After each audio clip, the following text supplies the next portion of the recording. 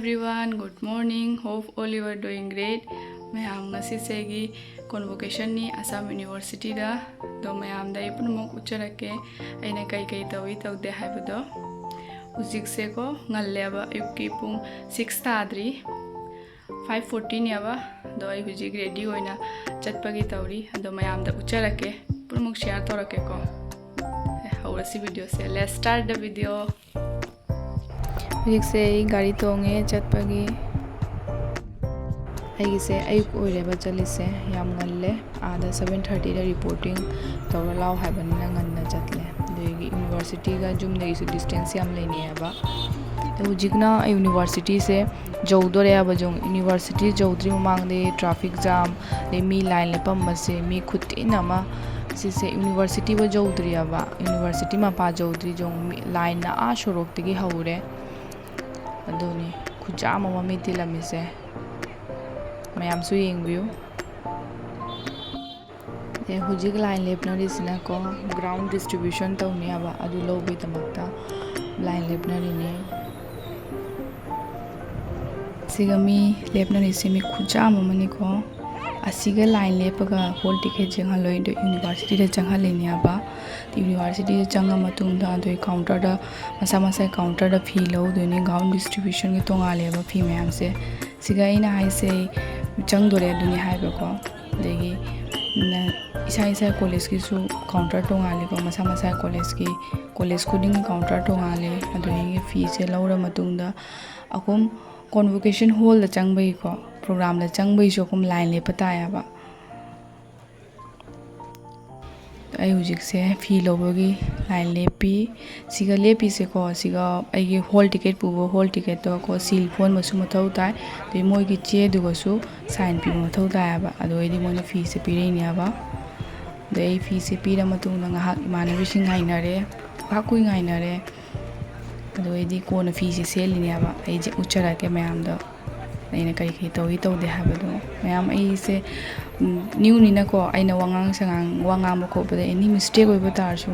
ꯉꯥꯛꯄꯤꯒꯅꯤ ꯈꯟꯖꯩꯀꯣ ꯑꯗꯣ ꯚꯤꯗꯤꯑꯣꯁꯦ ꯄꯥꯝꯕꯤꯔꯗꯤ ꯑꯩꯒꯤ ꯆꯦꯅꯦꯜ ꯑꯁꯤꯕꯨ ꯁꯕꯁꯀ꯭ꯔꯥꯏꯕ ꯇꯧꯕꯤꯔꯝꯃꯨ ꯚꯤꯗꯤꯑꯣꯁꯤꯁꯨ ꯂꯥꯏꯛ ꯇꯧꯕꯤꯔꯝꯃꯨ ꯁꯤꯌꯔꯁꯨ ꯇꯧꯕꯤꯔꯝꯃꯨꯀꯣ ꯑꯩꯉꯣꯟꯗꯁꯨ ꯁꯞꯄꯣꯔꯠ ꯇꯧꯕꯤꯌꯨ ꯐꯤꯕꯨꯗꯤ ꯂꯧꯔꯦ ꯐꯤ ꯁꯦꯠꯇ꯭ꯔꯤ ꯑꯩ ꯏꯃꯥꯟꯅꯕꯤ ꯉꯥꯏꯔꯤ ꯑꯥꯗꯅ ꯂꯦꯞꯄꯤꯁꯦ ꯂꯥꯏꯟ ꯂꯦꯞꯄꯒꯤ ꯐꯤ ꯂꯧꯕꯒꯤꯀꯣ ꯑꯗꯩ ꯁꯤꯒꯁꯤꯅ ꯃꯣꯏ ꯐꯤ ꯁꯦꯟꯅꯔꯒ ꯂꯥꯏꯟ ꯂꯦꯞꯅꯔꯤ ꯀꯣꯟꯚꯣꯀꯦꯁꯟꯒꯤ ꯗ꯭ꯔꯦꯁꯁꯦ ꯂꯧꯔ ꯃꯇꯨꯡꯗ ꯍꯧꯖꯤꯛ ꯑꯩ ꯀꯣꯟꯚꯣꯀꯦꯁꯟ ꯗ꯭ꯔꯦꯁꯁꯦ ꯁꯦꯠꯇꯣꯏꯅꯤꯀோ ꯁꯤ ꯌꯨꯅꯤꯚꯔꯁꯤꯇꯤꯗꯒꯤ ꯄꯤꯔꯛꯄꯁꯤꯅ ꯋꯥꯁꯀꯣꯠ ꯑꯃ ꯄꯤꯔꯛꯏꯀꯣ ꯂꯦꯡꯖꯥꯟ ꯑꯃꯒ ꯑꯗꯣ ꯀꯣꯌꯦꯠ ꯑꯃꯒ ꯁꯤꯅ ꯑꯩꯒꯤ ꯏꯃꯥꯟꯅꯕꯤꯅꯤꯀꯣ ꯑꯩꯒꯤ ꯏꯃꯥꯟꯅꯕꯤꯁꯤ ꯃꯤꯡ ꯄꯣꯔꯁꯥ ꯀꯧꯋꯦꯕ ꯑꯩꯅ ꯄꯤꯛꯏꯉꯩꯗꯒꯤ ꯑꯩꯅ ꯁ꯭ꯀꯨꯜ ꯇꯥꯏꯃꯤꯡꯗꯒꯤ ꯇꯤꯟꯅꯔꯛꯄ ꯏꯃꯥꯟꯅꯕꯤꯅꯤꯀꯣ ꯑꯗꯣ ꯑꯩꯒꯤ ꯀꯣꯟꯚꯣꯀꯦꯁꯟꯁꯤꯒ ꯑꯩꯒꯤ ꯏꯃꯥꯟꯅꯕꯤ ꯀꯣꯂꯦꯖꯇ ꯇꯝꯃꯤꯟꯅꯔꯛꯄ ꯑꯩ ꯏꯃꯥꯟꯅꯕꯤ ꯃꯌꯥꯝ ꯌꯥꯎꯗꯦꯕ ꯌꯥꯝ ꯅꯨꯡꯉꯥꯏꯇꯦ ꯃꯣꯏ ꯌꯥꯎꯗꯕꯁꯦ ꯏꯍꯥꯡ ꯍꯥꯡꯉꯗꯅꯀꯣ ꯌꯥꯝ ꯃꯤꯁ ꯇꯧꯔꯤ ꯃꯣꯏꯗꯁꯨ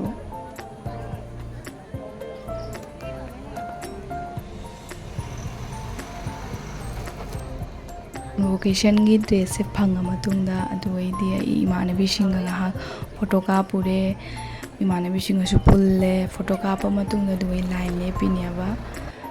ꯑꯗꯒꯤ ꯂꯥꯏꯟ ꯂꯦꯞꯄ ꯃꯤꯟꯁ ꯑꯗꯨ ꯂꯥꯏꯟꯗꯣ ꯂꯦꯞꯄꯒ ꯀꯣꯟꯚꯣꯀꯦꯁꯟ ꯍꯣꯜꯗ ꯆꯪꯗꯣꯏꯅꯦꯕ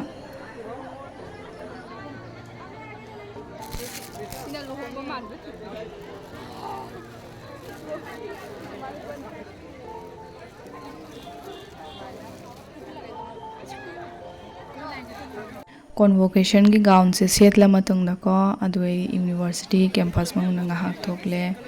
ꯐꯣꯇꯣ ꯀꯥꯞ ꯈꯣꯠꯄꯒꯤ ꯑꯩꯅ ꯍꯧꯖꯤꯛ ꯆꯠꯂꯤꯁꯤꯅ ꯑꯩꯒꯤ ꯏꯃꯥꯟꯅꯕꯤ ꯊꯤꯕꯅꯦꯕ ꯃꯥ ꯀꯣꯜ ꯇꯧꯔꯛꯑꯦꯕꯀꯣ ꯃꯐꯝ ꯈꯪꯗ꯭ꯔꯦ ꯍꯥꯏꯅ ꯑꯩꯈꯣꯏ ꯊꯤꯅꯕꯁꯦ ꯐꯪꯅꯗ꯭ꯔꯦꯕ ꯃꯤ ꯌꯥꯝꯕꯁꯦ ꯀꯥꯏ ꯂꯩꯅꯣ ꯍꯥꯏꯅ ꯑꯗꯨꯒꯤ ꯑꯩ ꯑꯗꯨꯝ ꯃꯥꯅ ꯍꯥꯏꯕ ꯃꯐꯝꯗꯨꯗ ꯆꯠꯂꯤꯕ ꯊꯣꯛꯂꯛꯑꯣ ꯍꯥꯏꯕꯗꯨꯒ ꯑꯗꯨꯒꯩꯗꯤ ꯑꯩꯈꯣꯏ ꯏꯃꯥꯟꯅꯕꯤ ꯃꯁꯦꯟ ꯐꯪꯅꯔ ꯃꯇꯨꯡꯗ ꯃꯣꯏꯒꯁꯨ ꯐꯣꯇꯣ ꯀꯥꯞꯄꯦ ꯑꯗꯒꯤ ꯁꯤꯒ ꯃꯤ ꯃꯌꯥꯝ ꯂꯩꯔꯤ ꯃꯌꯥꯝꯁꯦ ꯑꯁꯤꯁꯨ ꯃꯣꯏ ꯄꯨꯝꯅꯃꯛ ꯐꯣꯇꯣ ꯀꯥꯞꯅꯔꯅꯤ ꯍꯥꯏꯕ ꯒꯥꯎꯟꯁꯦ ꯁꯦꯠꯂ ꯃꯇꯨꯡꯗ ꯂꯥꯏꯟꯕꯨꯗꯤ ꯂꯦꯞꯅꯗ꯭ꯔꯤꯀꯣ ꯒꯥꯎꯟꯁꯦ ꯐꯪꯕꯇ ꯉꯥꯏꯔꯤꯕꯅꯤꯅ ꯄꯨꯝꯅꯃꯛꯁꯨ ꯐꯣꯇꯣ ꯁꯦꯠꯂꯦ ꯌꯦꯡꯉꯨ ꯃꯌꯥꯝ ꯌꯦꯡꯕꯗꯗꯤ ꯐꯖꯕꯅꯤ ꯄꯤꯡ ꯀꯂꯔꯗ ꯑꯣꯏꯔꯦꯅ ꯃꯀꯣꯛꯇ ꯎꯞꯄꯁꯦꯀꯣ ꯁꯤꯅ ꯂꯥꯏꯟꯅꯤ ꯀꯣꯟꯚꯣꯀꯦꯁꯟ ꯄ꯭ꯔꯣꯒ꯭ꯔꯥꯝ ꯃꯅꯨꯡꯗ ꯆꯪꯕꯒꯤꯀꯣ ꯑꯁꯤ ꯂꯥꯏꯟꯁꯤꯁꯨ ꯌꯦꯡꯉꯨ ꯈꯨꯖꯥꯝ ꯑꯃ ꯖꯥꯃꯟꯈꯤꯅ ꯀꯣꯛ ꯉꯥꯎꯏ ꯑꯁꯤ ꯂꯥꯏꯟꯁꯦ ꯁꯥꯡꯕꯒ ꯁꯥꯡꯕ ꯑꯗꯨꯒꯤ ꯉꯥꯏꯕꯗ ꯀꯌꯥꯝ ꯋꯥꯏ ꯁꯤꯁꯦ ꯑꯩ ꯅꯉꯣꯟꯗ ꯈꯜꯂꯤꯁꯦ ꯏꯁꯤꯡ ꯊꯛꯏꯅꯦ ꯑꯩꯁꯦ ꯈꯜꯂꯤꯅꯤꯀꯣ ꯁꯤ ꯑꯩꯈꯣꯏ ꯒ꯭ꯔꯦꯖꯨꯑꯦꯁꯟꯒꯤ ꯇꯨꯄꯤꯅꯤ ꯕꯤꯌꯥꯔ ꯂꯥꯒꯟꯅꯕ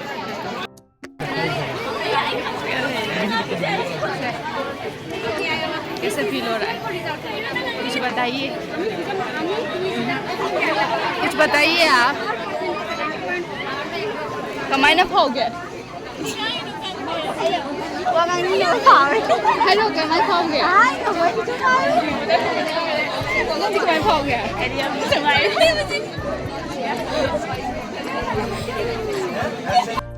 आई बोर्ड लेफ्ट से नहीं board have you console board lecture board have you say to be ni board ki asina no home bagi to be shadi special lenjan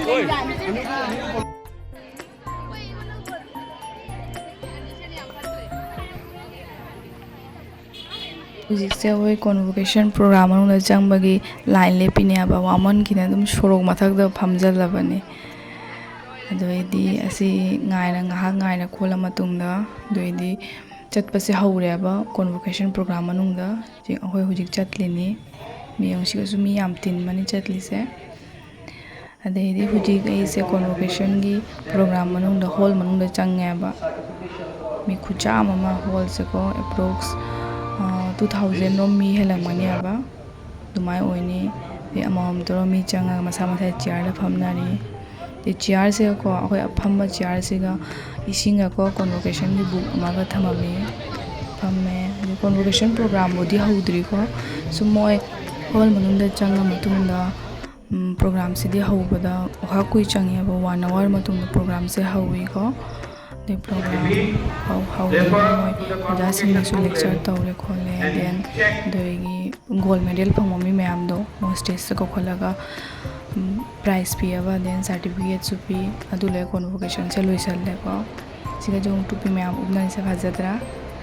ꯑꯗꯩꯗꯤ ꯑꯗꯔ ꯃꯤ ꯃꯌꯥꯝꯒꯤꯅ ꯁꯨꯝ ꯀꯥꯎꯟꯇꯔꯗꯤ ꯆꯠꯂꯒ ꯂꯧꯗꯣꯏꯅꯦꯕ ꯁꯥꯔꯇꯤꯐꯤꯀꯦꯠꯁꯦ ꯍꯧꯖꯤꯛ ꯀꯣꯟꯚꯣꯀꯦꯁꯟ ꯍꯧꯔꯤꯅꯦꯕ ꯁꯤ ꯑꯩꯅ ꯁꯤꯗ ꯁ꯭ꯀ꯭ꯔꯤꯟꯗ ꯌꯦꯡꯍꯜꯂꯤꯁꯦ ꯃꯣꯏ ꯑꯣꯖꯥꯁꯤꯡ ꯂꯥꯛꯄꯗꯣ ꯌꯦꯡꯍꯜꯂꯤꯅꯦꯕ And winner of many prize and Professor Horimola Chakraborty and ꯄ꯭ꯔꯣꯒ꯭ꯔꯥꯝꯁꯦ ꯂꯣꯏꯔ ꯃꯇꯨꯡꯗ ꯌꯨꯅꯤꯚꯔꯁꯤꯇꯤꯅ ꯆꯥꯕ ꯊꯛꯄꯩ ꯄꯤ ꯑꯗꯨ ꯆꯥꯕ ꯊꯛꯄꯩꯗꯣ ꯂꯧꯔꯒ ꯑꯩꯈꯣꯏ ꯆꯥꯔ ꯃꯇꯨꯡꯗ ꯄ꯭ꯔꯥꯏꯖ